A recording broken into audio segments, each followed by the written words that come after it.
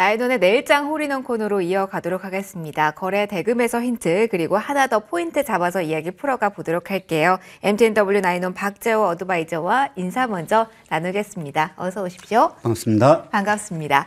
자, 오늘 저희 일장이 거래 대금인데요. 거래 대금에서 오늘 힌트를 찾으려시는 분들 많으셨을 것 같습니다. 리스트 먼저 확인해 보고요. 추가적인 이야기 이어가도록 할게요.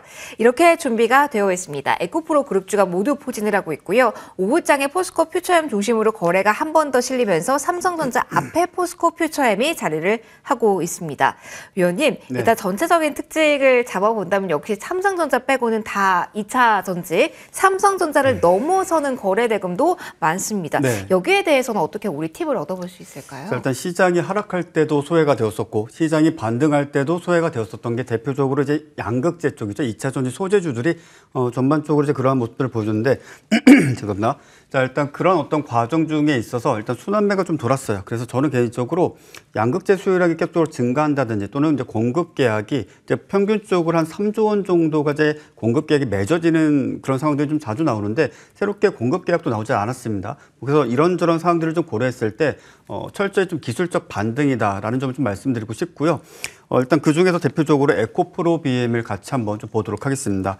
일단 차트상 상당히 고점 대비 오랜 시간 동안 하락세를 왔고 최고점 대비 최저점을 기록을 놓고 보게 된다면 사실상 거의 마이너스 70% 가까이 하락세를 보여줬습니다.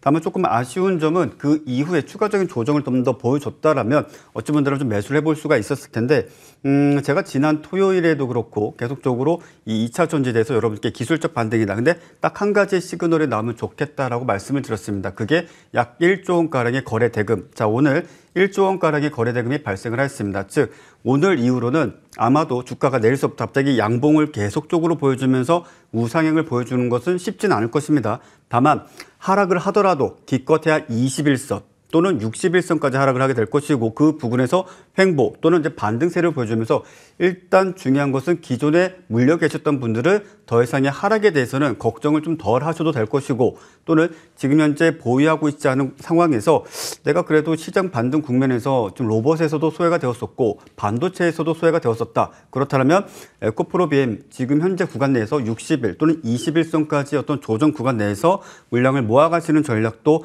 나쁘지 않겠다라고 좀 말씀을 드리겠고요. 동사 같은 경우에는 일단 공급 계약이 대규모로 체결되지는 않았지만 그래도 계속적으로 공급량은 유지가 되고 있기 때문에 생산 설비 부분에 있어서도 계속적으로 확장해 나가고 있다라는 좋은 소식도 있기 때문에 예. 위원님 하나 궁금한 거 예. 대규모 수주가 오늘 대형 타이틀로 달렸는데 네. 삼성 SDI와의 이 계약 규모는 크게 변화될 이야기는 아니라는 점에서 말씀을 이렇게 주셨습니다. 제가 알기로 나왔던 소식을 또 다시 나왔던 것으로 알고 있습니다. 그렇기 때문에 크게 변동치는 없을 것이다. 크게 뭐 대단히 그것을 물론 뉴스라는 게 그렇습니다. 나왔던 거 조금 내용 다르게 해서 또 나오고 뭐 이런 게 있는데 뭐 그런 뉴스들은 이미 다 알려져 있는 뉴스이기 때문에 뭐 대단히 보진 않고 저는 일단 돈으로 보겠습니다. 1조 원대의 거래 대금이 발생했기 때문에 그 거래 대금을 어찌 본다면 강한 시세 나왔고 그래서 더 이상 밀리지 않는다. 그래서 그 과정 중에 아예 새로운 뉴스, 새로운 공급 계약, 정말 처음 본 사람끼리 이제 악수하듯이 새로운 어떤 계약서가 쓰이면 그때는 정말 좋은 모멘텀으로 작용할 수 있을 것이다. 이렇게 정리하겠습니다. 한마디로 실적 추정치를 올릴 만한 뉴스가 나오면 한 번 더 저희가 또 리뷰를 받아보도록 할게요. 오늘은 거래 대금에 조금 더 포커스를 맞춰서 이야기를 해봤고요. 저희 2장으로 넘어가야 될 것 같습니다. 동시호가 구간에서 어떤 종목에 대해서 조금 더 관심을 가져볼까요? 종목명 공개 먼저 하고 그리고 이야기 위원님 이어가 보도록 할게요. 네, 일단 제가 이 프로그램에서 언급을 했었던 것도 같고 아닌 것도 같고 기억이 가물가물한데 자, 종목명은 삼성물산이라는 종목입니다. 자, 삼성물산이라는 종목은 여러분들께 이 회사가 우리가 주가 차익에 의한 어떤 수익을 내기보다는 우리가 이제 배당 수익에 대해서도 이제 관심이 있으신 분들이 더러 계시라 생각을 합니다. 이미 제가 머니투데이 다른 프로그램에서도 이제 말씀을 드렸지만 지금 가격에서 충분히 조정을 준다라면 12만 원부터 시작을 해서 11만 5천 원 사이 밴드 가격 내에서 물량을 모아가신다라면 배당 나기까지 큰 어려움 없이 주가에 따른 어떤 손실은 매우 작거나 오히려 수익일 것이고요. 그리고 배당락 즈음에 주당 최소 2,000원 이상 뭐 상황에 따라서는 뭐 지금 삼성전자 회장님이신 이재용 회장의 어떤 상속세와 관련된 고배당에 대한 어떤 부분도 충분한 모멘텀으로 기대해 볼 수 있으니까 배당에 대해서 관심 있으신 분들은 삼성물산 함께 관심 있게 지켜보시길 바라겠습니다. 저희 처음 이야기해 주시는 거긴 합니다. 배당주에 대해서 이야기를 해주셨을 때는 KTNG, 삼성생명에 대해서 이야기를 해주셨는데요. 그러면 삼성물산은 플러스 알파로 가지고 있는 매력 하나 더 이야기해 주시고요. 저희 어떻게 가격 전략 구체적으로 가져가면 좋을지 팁도 받아볼게요. 일단 삼성물산 같은 경우에는 많은 분들이 도대체 뭐 하는 회사인지를 헷갈려하시는 분들이 많습니다. 패션일까요? 상사일까요? 건설일까요? 어느 쪽이실까요? 일단은 상사라는 게 드라마 미생 보셨죠? 네. 사실 돈 되는 거 다 하는 게 이제 뭐 상사죠, 사실상. 물산은 뭐 그와 같은 개념으로 좀 보시는 게 좋을 것이고요. 일단 돈 되는 건 다 합니다. 그 중에서도 뭐 건축 쪽 또는 아파트 쪽 또는 대형 해외 프로젝트에서도 상당히 좀 두각을 드러내고 있고요.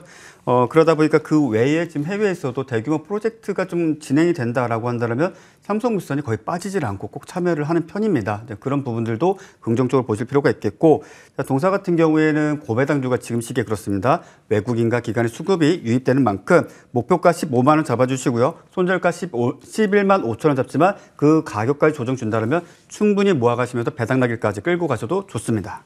알겠습니다. 14거래 연속해서 외국인은 순매수가 들어오는 종목이기도 한데요. 여러 가지 포인트 그리고 가격적으로 어디까지 가져갈지 팁도 한 번 더 메모해 주시죠.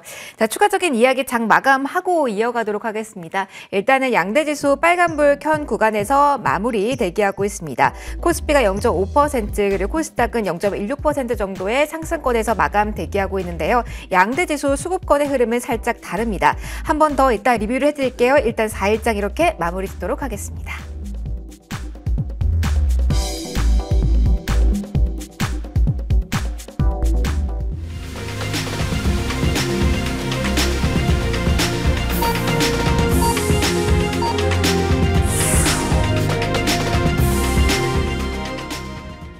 날상 전반적으로 금리 인하 쪽에 쏠리는 무게감, 이에 따른 성장주에 대한 시각 변화는 월요일장부터 파악이 됐습니다만 오늘 전반적으로 오전의 고점은 다시 한번 오후에 만들어내지 못하는 패턴이었습니다. 시장 매크로적인 분위기보다도 2차전지 움직임에 따라서 오늘은 좀 변동성이 있었던 하루, 이렇게 기억을 해보시는 것도 좋을 것 같은데요. 여러 가지 이슈와는 2차전지가 하루 종일 어떻게 움직였는지, 그리고 이에 따른 수급의 방향성은 어떻게 나왔는지 저희와 함께 지금 마감 수차 하나씩 확인을 해보시죠. 자, 일단 지수에 대한 이야기로 시작을 해보도록 하겠습니다. 오늘 코스피 지수와 같은 경우는 상승으로 마무리가 됐습니다. 장중 저점 부분에서 마무리가 됐습니다. 저점 부분에서 한 4포인트 정도, 고점과는 상당히 거리감이 있는 채로 마무리가 됐고요. 코스닥 역시 마찬가지입니다. 빨간불이 들어오긴 했지만 조금 미약한 상승불이고요. 오늘 837선까지 고점이 나왔습니다. 에코프로 BM이 고점을 뚫었을 때 거기에 대해서 화답하는 모습이 확인되긴 했습니다만 그 고점을 에코프로 BM이 상실하면서 전반적인 지수의 탄력도 상실되는 모습이 나타났다. 이렇게 일단 지수에 대한 정리를 해드리도록 할게요. 수급으로 넘어갈게요. 외국인과 기관 쪽에서 동시에 오늘 매수세를 보여줬습니다. 장중 내내 외국인 쪽에서 매수세가 특히 오후장에 한 번 더 늘어났다라는 점을 특징으로 잡아볼 수가 있을 것 같고요. 대다수의 물량이 전기전자 업종에 대한 매수세로 집중이 되었다라는 점 특징으로 말씀드릴게요.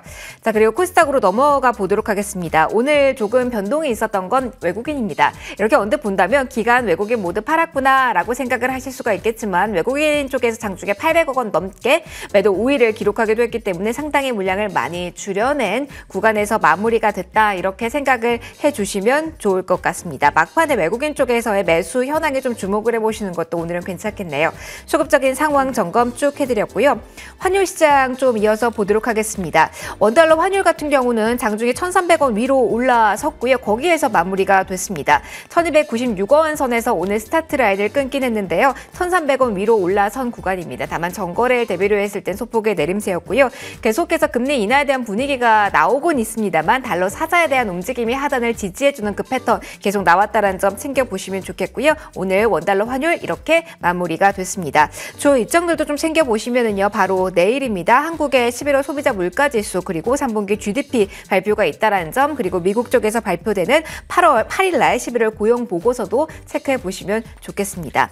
오늘 종목들의 흐름도 짧게만 체크를 하고 넘어가도록 할게요. 오늘 장 초반부터 일단은 삼성전자와 SK하이닉스에 대해서 외국인 쪽에서의 사주는 패턴이 장중에 나왔다라는 점 특징입니다. 다만 SK하이닉스에 대해서는 막판에 외국인의 매수 물량이 드라마틱히 좀 줄었다라는 점, 막판에 줄은 물량 그 영향인지 SK하이닉스는 하락 전환하면서 마이너스권에서 1%대 하락이었고요. 삼성전자 역시 많이 줄여내는 구간에서 마무리가 됐습니다. 오늘 외국인의 최종적인 수급 한 번 더 이 종목에 대해서는 체크를 해보시고요. 반면에 오늘 LG 에너지 솔루션을 비롯해서 셀 쪽 같은 경우는 전반적으로 크게 탄력을 가져가지는 못했습니다. 장기적으로 봤을 때는 미국에서 나오는 우려 기업 선정 그리고 그 이유를 봤을 때는 긍정적일 수도 있다라는 코멘트가 나왔습니다만 드라마틱하게 이야기가 나오진 않았고요. 포드와 함께 CATL 어떻게 조치가 되는지가 관건이 되겠죠. 이렇게 코스피 쪽에서의 흐름 살펴보셨고요. 코스닥으로 넘어가도록 하겠습니다. 에코프로 BM 좀 많이 보셨을 겁니다. 장중에 좀 변동성이 있긴 했지만 중요한 건 에코프로와 에코프로 BM의 갈 길이 달랐다라는 점을 꼽을 수가 있을 것 같습니다. 오늘 장중 내내 에코프로와 같은 경우는 하락권에서 머무는 모습이 확인이 됐고요. 7% 넘는 하락세로 오늘 낙폭 오후에도 거의 줄이지 못한 채 마무리가 됐다라는 점 특징입니다. 반면에 오늘 에코프로 BM과 같은 경우는 장중에 35만 선선을 끌어내기도 했습니다. 대규모 수주에 대한 이야기가 헤드라인을 장식하면서 44조 원 규모의 양극재 공급 여기에 포커스가 맞춰지면서 오름세가 나타났습니다만 그래도 윗꼬리가 좀 달린 채로 마무리가 됐다라는 변동상 보셔야 될 것 같고요. 오늘 각계의 전투 양상이었습니다만 LNF 같은 경우는 다시 한번 6%대 상승폭을 키우는 모습 나타났다는 점 특징 그리고 그간 강해왔던 종목들 로봇이라든가 의료 AI는 쉬어가는 모습 보였는데요. 지금 화면에 나올 겁니다. 레인보우 로보틱스 오늘 3%대 조정으로 마무리된 것 정리해 드리도록 하겠습니다.